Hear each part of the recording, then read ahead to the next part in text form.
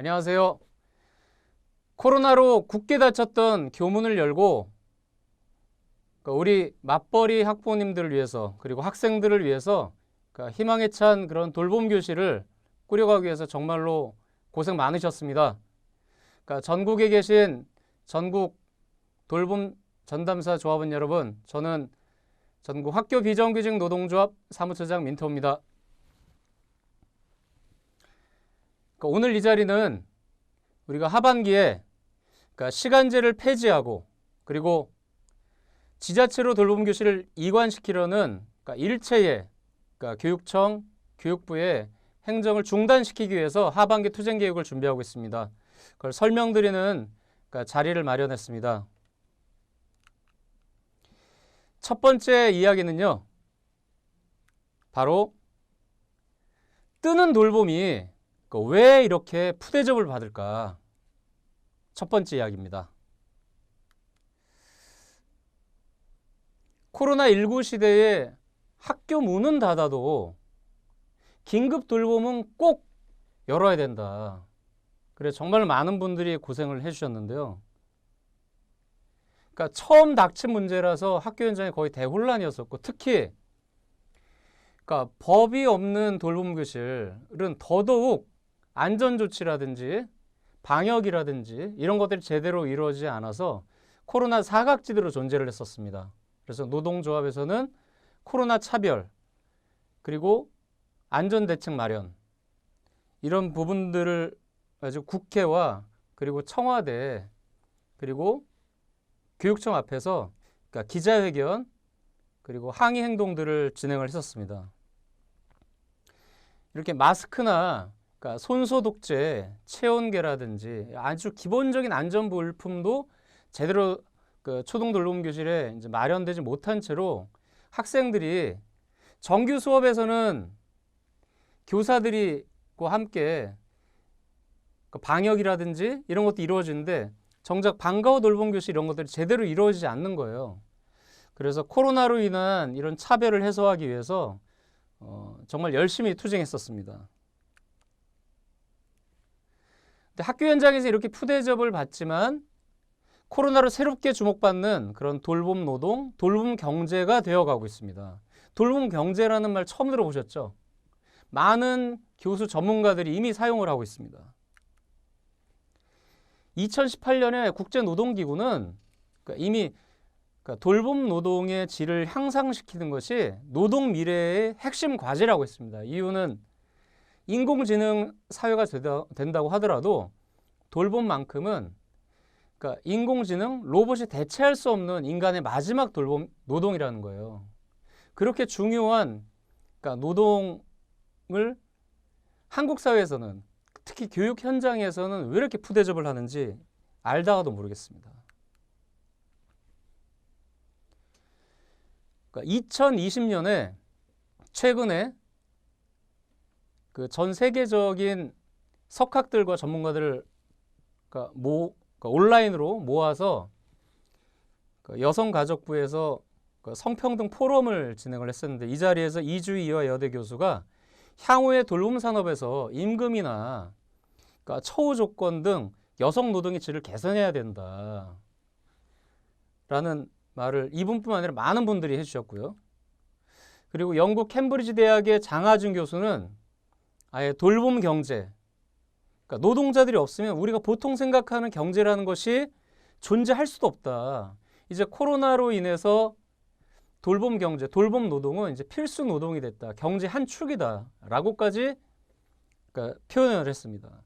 그래서 이렇게 새롭게 주목받는 이 돌봄이 교육 현장에서는 푸대접을 받고 있습니다.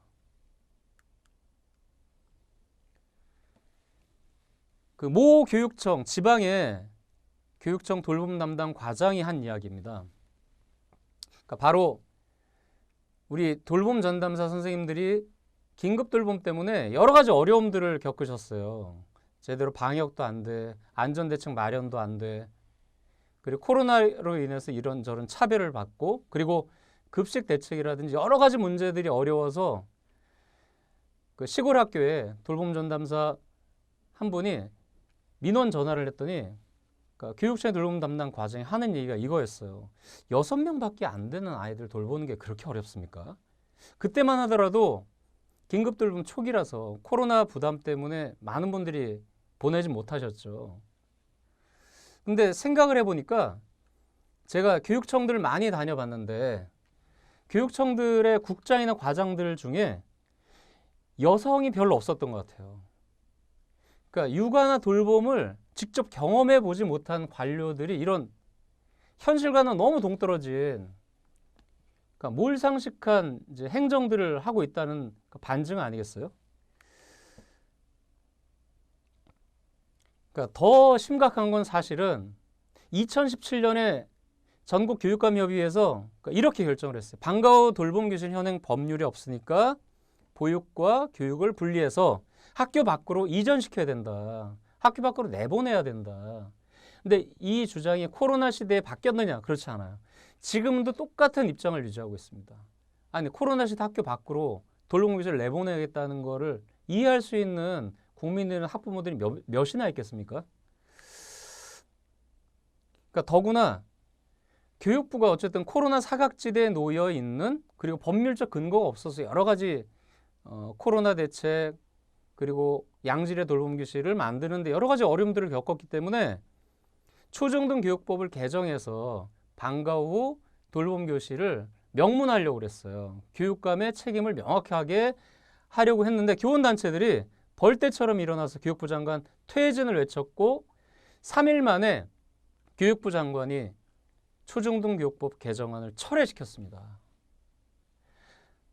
아니 아이들이 학생들이 코로나 위기에 빠졌는데 제대로 돌봄 교실이 그 위기 상황에 대처를 못하는데 어떻게 이 법을 철회시킬 수 있죠? 그것도 다름이 아닌 교육감과 학교장과 교원단체들이 말이에요. 돌봄 교실을 싫어하는 건 둘째치고 교육감들의 이해할 수 없는 태도가 또 있어요. 긴급 돌봄은 원래는 교사와 교직원 그리고 돌봄 전담사 모두가 같이 운영하도록 지침을 내려보냈는데 실제로는 독박 돌봄이었잖아요. 거의 대부분이. 그러면 고생한 돌봄 전담사를 격려하고 칭찬을 해야 하는데 재미있는 건 언론을 대동해서 긴급 돌봄을 행정 격려를 한다고 하면서 결국 교사들을 칭찬을 하는 거예요. 얼마나 열받겠어요. 바로 옛 속담에 재주는 곰이 넘고 돈은 왕서방이 받는다고 그때 그 상처나 차별이 이루 말할 수 없었던 것 같아요.